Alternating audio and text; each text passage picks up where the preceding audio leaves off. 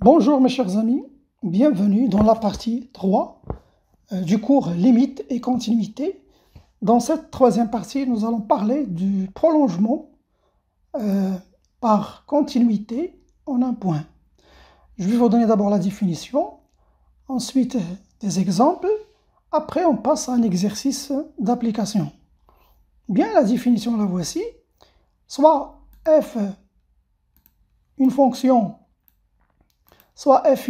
numérique non définie en x0, non définie, ça veut dire que le x0 ici n'appartient pas à d de f, et a une limite, ça veut dire que cette fonction a une limite finie, qui s'appelle L, en x0. Autrement dit, ça veut dire que si je calcule la limite de f de x lorsque le x tend vers x0, je trouve qu'il vaut un réel, ça veut dire qu'il est fini. Dans ce cas, on dit que g, ici la fonction g définie par g de x qui est égal à f de x, lorsque le x0 appartient à d de f, ou bien vous pouvez écrire lorsque le x est différent de x0, et g de x0 est égal à ce L, le L ici qu'on vient de calculer. Alors cette fonction-là, g, on dit qu'il est continu en x0, il est continu en x0 et s'appelle le prolongement par continuité de la fonction f en x0. Alors cette fonction-là s'appelle le prolongement par continuité de la fonction f. Je vous donne un exemple. Prenons un exemple très connu. C'est la fonction f de x est égale sinus x sur x. Eh bien, on sait que cette fonction n'est pas définie en 0. Ça veut dire que d de f égale à r moins le singleton 0. Donc, il n'est pas défini en 0, mais regardez, on sait que la limite, quand on calcule la limite de sinus x sur x, lorsque le x tend vers 0, on voit bien que cette limite est finie, elle est égale à 1. C'est une limite très connue. Donc on peut dire, vous voyez ici, ça c'est le L, notre L. Donc on peut dire que la fonction f admet un prolongement par continuité. La fonction f admet un prolongement par continuité en 0. Et on va définir ce prolongement par la façon suivante. Elle est souvent très connue sous le nom de sinus cardinal. On le note comme ça. Vous pouvez l'écrire G, mais c'est très connu, c'est le sinus cardinal. Ça se note sin C. Alors la fonction sinus cardinal, c'est la fonction qui est égale à sinus x sur x, quand x est différent de 0, et elle vaut 1 lorsque le x est égal à 0. C'est la même chose ici, hein. Vous voyez, sinus cardinal, c'est le prolongement de la fonction f. Il est très connu aussi par sinus px sur px. C'est une fonction très connue dans le domaine de la physique. On l'utilise beaucoup lorsqu'il y a des problèmes physiques ondulatoires. Donc, vous voyez, cette fonction-là admet un prolongement par continuité noté sinus cardinal. Un autre exemple, prenons par exemple la fonction f de x maintenant. F de x, je vais donner un exemple très simple. X au carré moins 1 sur x moins 1. Alors on voit bien que cette fonction n'est pas définie en 1, parce que le 1 annule le dénominateur. Donc d de f égale à r moins le singleton 1. Mais si je calcule maintenant la limite de x au carré moins 1 sur x moins 1, quand x tend vers 1, alors cette limite vaut 0 sur 0, c'est une forme indéterminée, mais je peux dire que c'est la limite.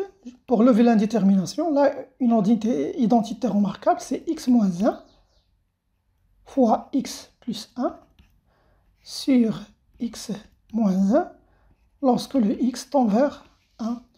Et donc, je simplifie ici le x moins 1.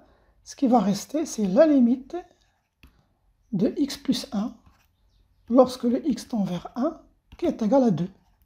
1 plus 1, c'est 2. Donc, on peut dire que vous voyez là que la limite est finie. Il vaut 2, ça c'est notre L.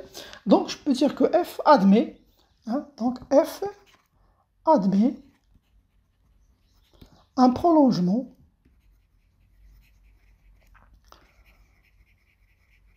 par continuité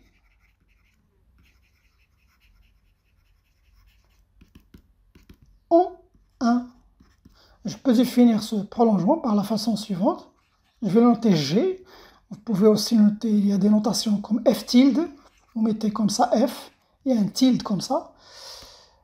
Moi, je vais noter H ou bien. Vous l'appelez comme vous voulez. Donc, je vais l'appeler G. Alors, G de X, ça c'est le prolongement qui est égal à X au carré moins 1 sur X moins 1 lorsque le X est différent de 1.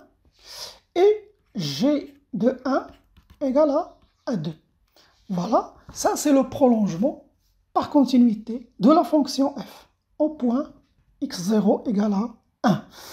Bien, passons maintenant à un exercice d'application. Voici l'exercice. Alors, pour chacun des cas suivants, montrez que la fonction f admet un prolongement par continuité au point demandé, puis donner ce prolongement. Voici les deux fonctions. La fonction f de x est égale à x à la puissance 3 moins 2x au carré plus 3x plus 6 sur x plus 1. Notre x0 ici, c'est moins 1. Deuxième fonction, c'est f de x qui est égal à x sinus x sur cosinus x moins 1. Notre point, là on va vérifier le prolongement par continuité, c'est le x0 égale à 0. Eh bien mes chers amis, comme d'habitude, mettez la vidéo en pause et faites un effort avant de voir la solution. Ce que vous devez faire maintenant, c'est calculer cette limite et voir si c'est fini en ce point-là. Bien, commençons par la première fonction. On voit bien que f n'est pas défini en moins 1. Donc ça c'est 1. Alors, d de f, c'est r moins 1. Ici, on essaie de calculer maintenant la limite de x à la puissance 3 moins 2x au carré plus 3x plus 6 sur x plus 1 lorsque le x tend vers moins 1. Eh bien, vous voyez que ça donne 0 sur 0.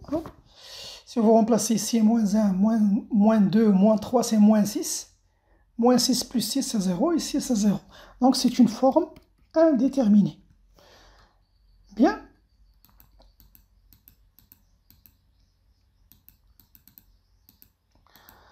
Alors, on va essayer de changer un peu cette fonction pour lever cette indétermination. Eh bien, comme lorsqu'on a remplacé ici moins 1 dans ce polynôme, ça veut dire que moins 1 est une racine de ce polynôme. Ça veut dire que je peux écrire x à la puissance 3 moins 2x au carré plus 3x plus 6. Je peux l'écrire comme ça, je peux le factoriser par x moins 1. X moins 1, ça veut dire x plus 1. J'ai dit ça parce que toujours on peut factoriser par x moins la racine de polynôme.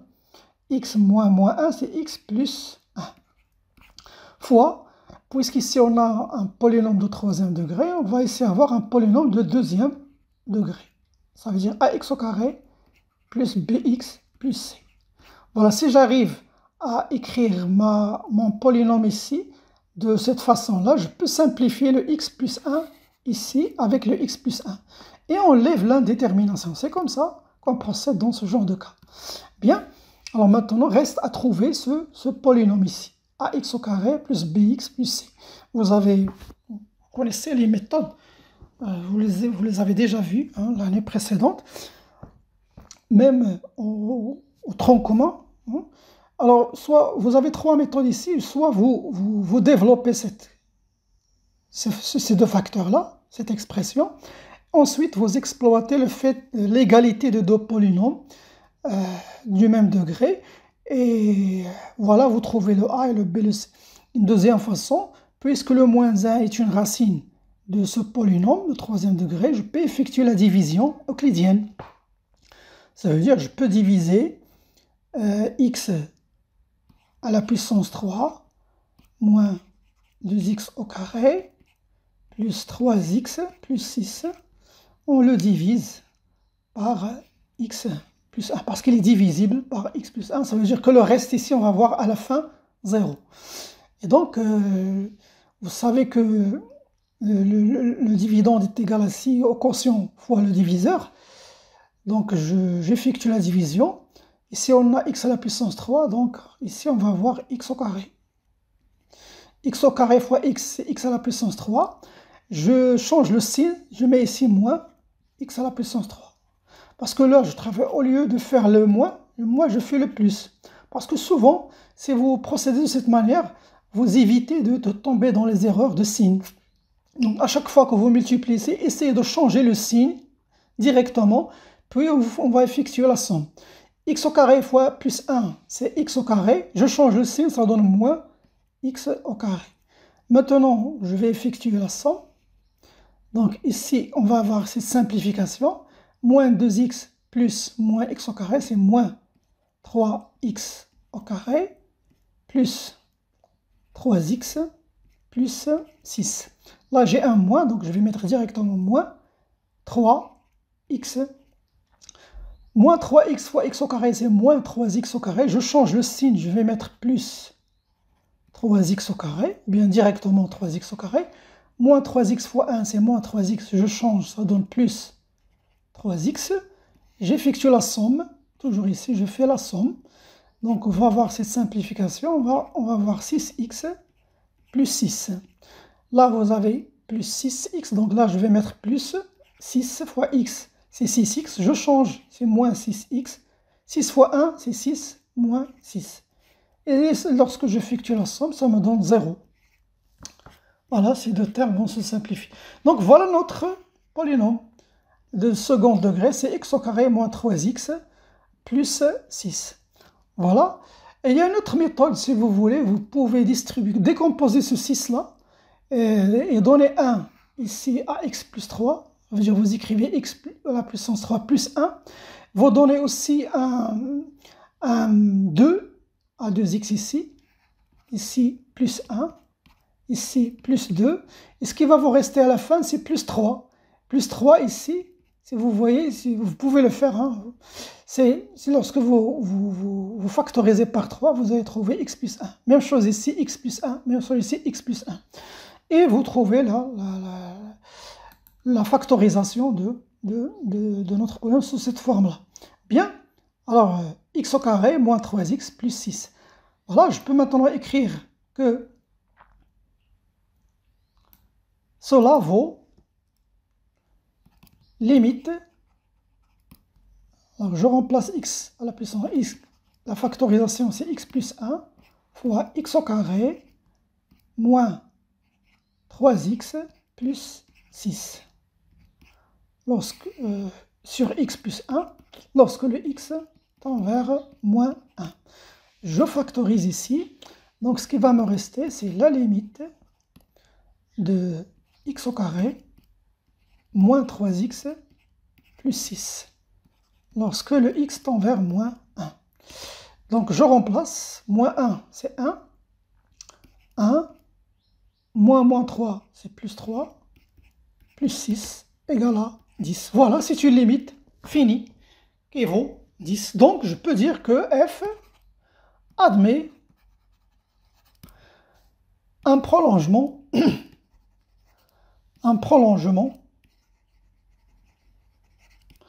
par continuité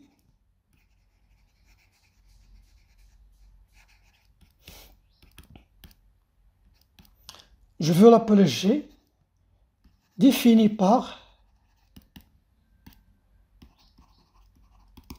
alors le prolongement, je vais l'écrire comme ça, G de x est égal à x à la puissance 3 moins 2x au carré.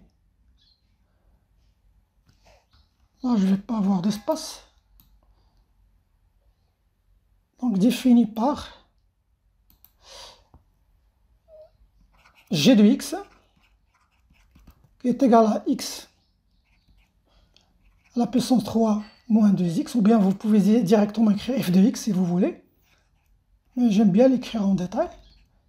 3x plus 6 sur x plus 1. Tout ça lorsque le x est différent de moins 1 et g de moins 1 égale à 10. Voilà le prolongement par continuité de la fonction f. Bien, passons maintenant à la deuxième fonction. Alors on voit bien que notre fonction ici, t de f, son domaine de il n'est pas défini en 0, r moins 0, bien r étoile, parce que lorsque vous remplacez cos 0 c'est 1, 1 moins 1 c'est 0, donc on va calculer la limite. Alors pour cela je vais vous donner un rappel, comme indice. Alors je vous rappelle qu'il y a des limites références, la limite de 1 moins cos x sur x au carré, lorsque le x tend vers 0, eh bien on sait que cette limite vaut 1 demi. Et on sait que la limite que je viens de vous rappeler tout à l'heure, la limite de sinus x sur x, quand x tend vers 0, cette limite vaut 1. Bien, mes chers amis, allez-y, faites un effort avant de voir la solution. Exploitez ces deux limites.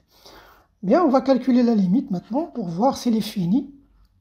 La limite de x sinus x sur cos x moins 1, lorsque le x tend vers 0, eh bien vous voyez, si je remplace ici, je vais avoir 0 sur 0, c'est une forme indéterminée, donc je dois lever l'indétermination.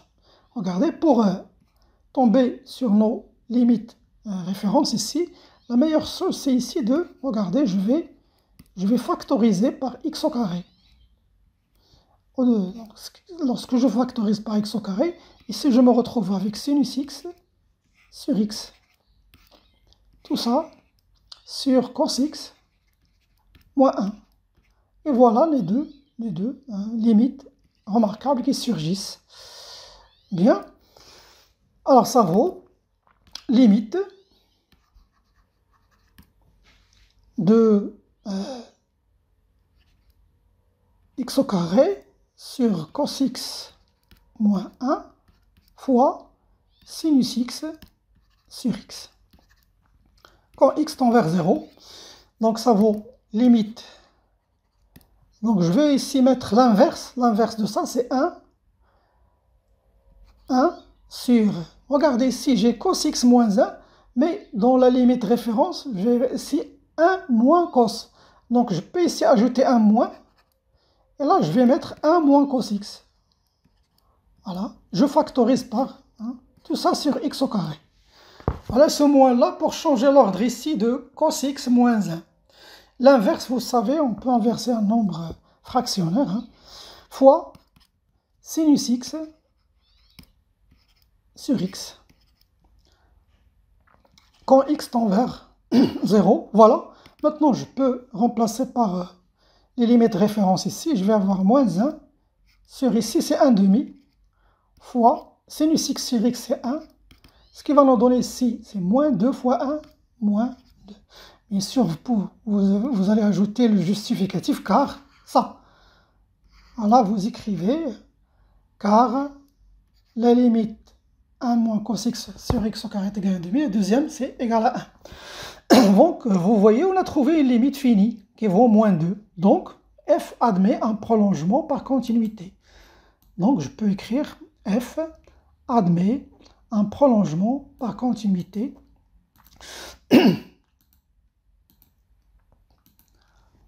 Alors, f admet un prolongement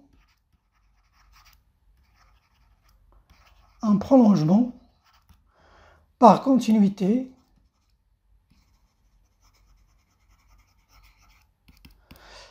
je vais l'appeler f tilde défini par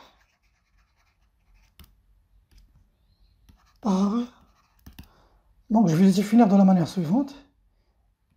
F tilde de x est égal à x sinus x sur cos x moins 1 lorsque le x est différent de 0 et f tilde de 0 égale à moins 2. Voilà, mes chers amis. Donc c'est la fin de cette vidéo. Je vous donne rendez-vous à la prochaine.